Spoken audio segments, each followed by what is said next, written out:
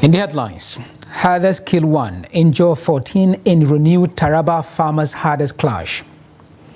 4 kidnapped victims rescued in Katsina. Ohinoyi of Ibra land dies at 95. On the foreign scene, internet phone services return to Gaza after Israeli communications cut off. Hello and welcome to Trust News Update. I am Abdurrahman Omar. Thanks for joining.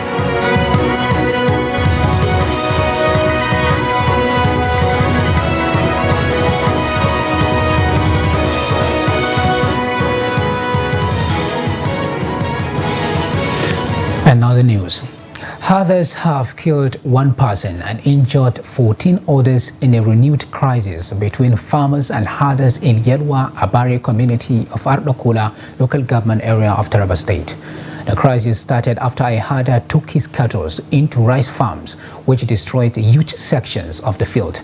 Narrating his ordeal, one of the victims of the crisis, Haruna Yusuf, said they were harvesting rice when a herder came to pass through their farms with his cattle, but they prevented him from doing so because there was no cattle route through the farms. But the herder insisted and pushed his herd into some portion of the rice farms that have not been harvested. Yusuf stated as a result, a crisis ensued between the herders and farmers in the process. A herder cut off a finger of a farmer and hit another on the head, which led to a pandemonium. The victim said majority of them escaped into the bush, and the lucky ones went to Yelwa Abare village, while the wounded were left unattended. In another development, 4 kidnapped victims have been rescued at different locations in Katsina State. The victims regained their freedom on Saturday following a joint operation by police operatives and the Nigerian army during a routine patrol along Dankolo village in Dandume local government area of the state. Police Public Relations Officer in the state, Abubakar Sadiq Aliyu, disclosed this in a statement on Sunday, saying the victims have since been reunited with their families after undergoing medical examinations. He said the State Commissioner of Police, Abubakar Musa, commended the professionalism displayed by the collaborative team during the rescue operation, stressing that the fight against all forms of criminality in the state continues with unwavering determination and vigilance. The police commissioner asked the good people of the state to remain vigilant and promptly report any suspicious activities or individuals to the nearest police divisional headquarters.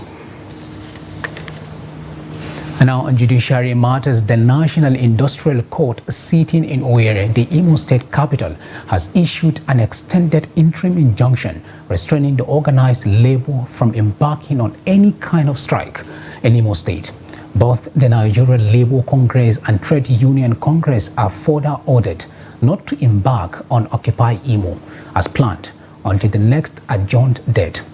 Justice Nelson Obuenya gave the order after hearing the submissions of the Attorney General of Imo State, Cyprian Akwalisa, who approached the court to grant an extended interim order against the defendants in view of their fresh threat to embark on strike through Occupy Imo.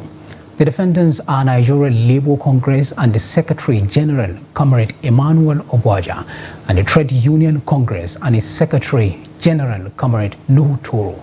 The argument was hinged on an affidavit by which the first defendant, NLC, by letter dated 16th October 2023, is currently mobilizing its members from the southeast and south-south for a strike to occupy Imo from November 1st, 2023. After hearing from both counsels in the suit, the court granted the order of extended interim injunction, restraining the defendants from embarking on any strike in whatever guise. The court warned against the disobedience of its order, saying that it will attract consequences. The court adjourned the matter to November 3rd, 2023 for either hearing or report of settlement. Still on judiciary matters, Adamawa State Governorship Election Tribunal has dismissed the petition filed by Aisha Dahiru Benani of the All Progressives Congress APC contesting the election of Governor Umaru Ahmadu Fintri of the People's Democratic Party PDP as Governor of Adamawa State. The tribunal dismissed the case on the ground that it failed to demonstrate non-compliance with electoral laws. A tribunal in Yola had previously dismissed petitions submitted by Dr. Umaru Ardo, the governorship candidate of the Social Democratic Party in Adamawa State, against the governor's election as lacking merit. Despite the unconstitutional proclamation by the suspended reg Hudu Yunusari that brought condemnation and public outrage, the Independent National Electoral Commission declared PDP's Fintri the winner of the March 18th governorship race. The presiding judge, Justice Theodora Oloho, alongside Justice Mustafa Ahmad and Justice Umar Abdul Nasser, said Hudu's declaration is null and void. Recall that Fintri received 421,524 votes to defeat Aishatu Binani of the APC with 390,275 votes, and Dr. Umar Ardo of the Social Democratic Party, who finished third. SDP and APC filed applications before the tribunal disputing Fintri's election victory. Now, Nigerian children who work as human guides for blind beggars form part of the over 10 million out-of-school children roaming the streets across the country. This is because their service to the blind beggars often deprive them the right to education. TV's Ibrahim Ismail speaks to Gombe residents on the effect of human guides' job on the future of the children involved. Report. 17-year-old Muhammad Falalu depends on this young boy to navigate along the streets of Gombe. The two Almajiris are not enrolled in any school for formal education, but Muhammad says his guide is not in school due to poverty. For the past 5 years, he has been my guide. He is always available to assist and take me everywhere I want to go. He never declined my request. Worried about the future of the human guides, Gombe residents have been searching for possible solutions. This boy has a future. Has a future. Maybe he will be a counselor, a chairman, or a doctor, or a teacher in our society. Try to give him a chance to go to school. If he go to school, he may gain something to come and help you. Even if you are a blind, you think that if you take him to go to street and begging, so leave him to go to school. There's a better future more than what you eat today. That's planning for their tomorrow. Okay? And this is supposed to be the responsibility of not only the government alone, but well-to-do individuals that, when you look at them, you have to feel what if you are the one. It's because they don't know. That's why they are doing. So if I will think, okay, what if I'm the one in their shoe? I'll behave the same thing. But I'm privileged to be educated and know the value of education. Apart from those who guide the blind beggars, there are other millions of children roaming the streets despite government's effort to address the problem. Meanwhile, the Gombe state government has mopped up over 500,000 out-of-school children, including human guides for the blind. Ibrahim Ismail, Trust TV News, Gombe. Now, language, food and cultural differences have been identified as major determinants of intertribal marriages in Nigeria. Although such marriages are believed to have their benefits, there remain several issues which partners from different ethnic groups need to deal with in order to sustain their unions. Hamid Obaidi filed in this report. A marriage between spouses who belong to different ethnic groups is known as intertribal or interethnic marriage. While many see intertribal marriage as a way of promoting unity among people of different ethnic groups, some refrain from it due to the challenges that comes with reconciling certain differences among couples. It's good to marry from other culture or tribe, being the fact that once you marry from another culture or tribe, it brings unity and love and unity. Marrying from your tribe gives you more advantage. Let's talk on food now. It's quite easy now. Me now, I don't like Igbo food, I won't lie. So marrying an Igbo is like a disadvantage for me, or marrying an Hausa. They have some cultures, some things they do that might not sit well with me. Like me, as a Yoruba man, marrying an Igbo person now. So if their mother speaks more of the language where she comes from, how will my children be raised? Would that be in Yoruba or in Igbo, or we use the official language? So if they not go to my mom for an holiday, would that affect them? So for me, marrying the same tribe, I think is the best. A marriage counselor, Timothy Agbo, said partners who married outside their ethnic groups must be ready to make sacrifices. So I feel the acceptability outside where you're living from your own tribe, not taking wife from other parts of this, also help in making the nation to be one. It also promotes unity, it also promotes love, and making us also forget the horrible past. Dealing with barriers in intertribal marriage requires the full commitment of partners to make it work. Amid Oyegbade, Trust TV News, Osogbo. And now in a sad development, the Ohinoyi of Ibraland, Ado Ibrahim, is dead. The paramount ruler of Ibraland was said to have died in the early hours of Sunday at the age of 95.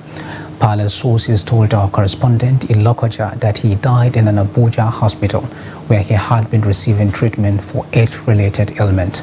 Before ascending the throne, he was a successful businessman who lived most part of his life in Lagos. His remains will be buried today in Okene, according to the Islamic rite. And may soul rest in peace. Now, in the meantime, President Bola Tinubu has condoled with the government and people of Kogi State on the passing of the revered traditional ruler, Ohinoyi of Ibraland, His Majesty Dr. Ado Ibrahim. The president said the death of the Ohinoyi is a painful loss, describing the late monarch as peace-loving, affable and cerebral. In a statement by the special advisor to the president on media and publicity, Chief Ajuri Ingilali, the president said the Ohinoyi of Ibraland was in a class of his own. President Tinubu described the late monarch as highly respected and admired for his deep insight, wisdom and sophistication. According to the statement, the late Ohinoyi had a masterful way of handling issues. He was very knowledgeable and wise, praying that Almighty Allah will grant him His Majesty Al-Jannah Firdaus. President Tinubu also asked the good people of Kogi State to take solace in the legacy of peace and fellowship left behind by the late monarch. You're watching News Update on Trust TV. Coming off after the break, we explore the rise in female barbers, male hairstylists. Details of that and more after the break. Do stay with us. Hello viewers, welcome to another episode of Adam's Kitchen on Trust TV. Try grating it. I am going to show you how to prepare a Singaporean chicken rice. Like this. Back here and get my carrots ready. Put in some amount of oil on the skin. I will now go ahead and take off the chicken, spread it to a desired shape.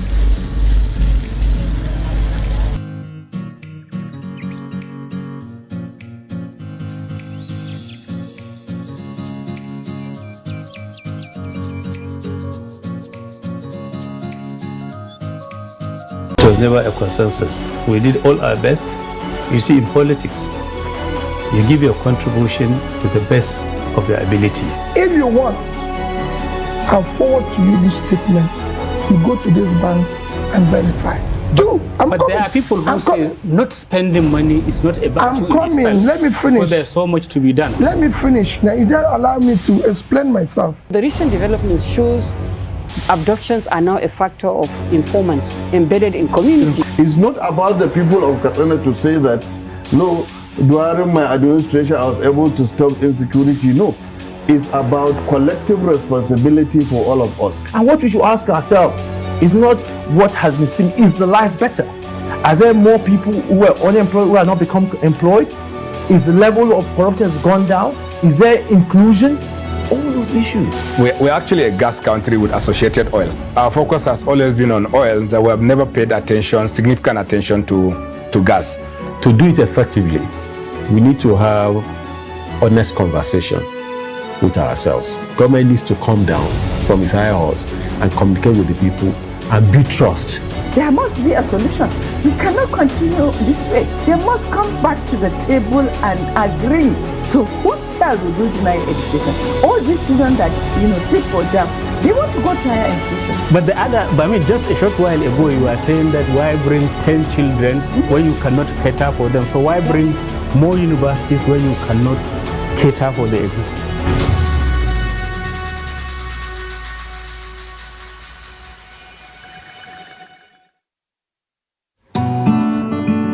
Are you interested in the latest news and developments in Nigerian politics, policy, governance, and other critical national issues? Look no further than Daily Politics on Trust TV.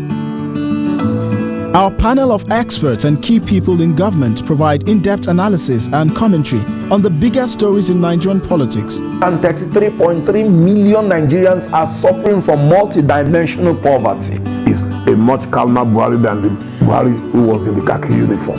Naira to Naira exchange rate is higher anywhere in the world. The Naira is higher than dollar exchange rate. So you want to... Since central bank governor you're doing, you must do it fast. Number of casualties we have had, we shouldn't have had. Security as far as Nigeria is concerned, we have wronged. From the inner workings of government to the latest on legislation, rule of law, implementation, and democracy, we have you covered. Don't miss out on the latest political news and discussion. Tune in to Daily Politics, weekdays on Trust TV, your source for reliable and unbiased coverage of Nigerian politics.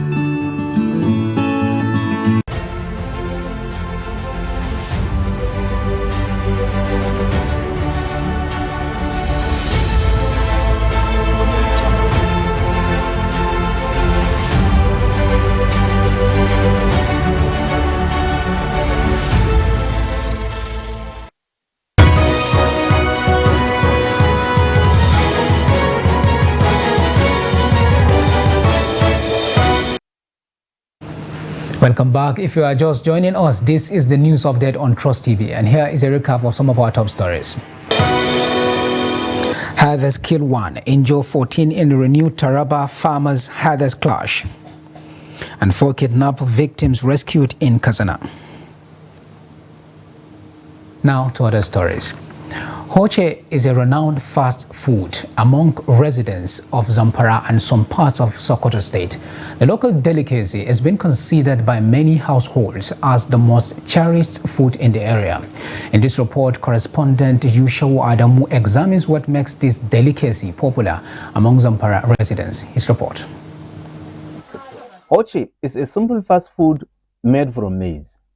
It is eaten either with soup or with a powdered granite cake, depending on the consumer's choice. Like gurasa, a Kano popular diet, hoche can be preserved for between 2 and 5 days, depending on how it was processed. If the quantity of potash added in the mixture of the ingredients is high, it can only last for 1 to 2 days. But if it is moderate, then it can be preserved for 5 days. You will first have your maize, wash it and then grind it. After removing the unwanted component, you will mix half of the maize powder with yeast, potash and water and keep it in a warm place till next day. The following day, you will prepare telge with half of your maize powder and then pour the other half that kept in a warm place and mix them very well. Unlike many other local trades, hoche does not require more hands to be processed. A woman can handle its processes from the beginning to the end without assistance from others. I spent 30 years in the business of hoche. When I was young, I processed 7 measures of maize every day. Now I have retired and left the business to my children whom I trained. I have married off 9 of my daughters from the proceeds of this small business. Alhamdulillah, I have benefited a lot from this business. The business of hoche is largely dominated by women who process and sell it from their matrimonial homes. The business of Hoche has done everything to me. We feed and dress ourselves with the little earnings from this business. We sell each loaf of Hoche at 100 naira. It was further observed that consumers of this local food cut across all ages and genders, as women, men, young and old can eat this simple food whenever they desire to. It has become a norm in Bungudu town that every blessed day, children between the ages of 10 and 15 could be seen along major streets. However, despite the role this simple trade is playing in alleviating poverty and redundancy among women, no financial assistance is coming from the government to support the business. Yusho Adamu, Trust TV, Gusau. Now, years back, hairdressing and barbing were jobs that were seen as exclusively reserved for a particular gender. However, the dynamics have now changed in recent times, with men taking to hairdressing and women barbing. With the changing patterns in these professions, some women have been reported to prefer male stylists and hairdressers, while on the flip side, some men are also more comfortable with female barbers. The case is no different even in Bayelsa State, as Trust TV correspondent Friday Ebumubui Peter reports. In the city of Yenagoa, the Bayelsa State capital, a saloon owner, John Prosper, and the hairdresser, Joel Jones, said attending to female customers has become part of their daily routines, although they do have awkward moments. We attending to female clients like every day. For me now, I take it as a professional job. You understand? But the most difficult thing for me is waking up in the morning, then coming to see different set of human beings, trying to make them satisfied and please them as well and stuff like that. You know, you don't mix business with pleasure. So as a businessman, you just have to be focused on the job. That's it. Yeah, most times it do lead to awkward moments because most clients they be having different impression and stuff like that. But whatever we do is more of us just working here and going back to meet our families, because that's why we are working. For discrimination, yes, it will always be there. But when you have self-confidence is the key. And you believe in yourself and the work you're doing.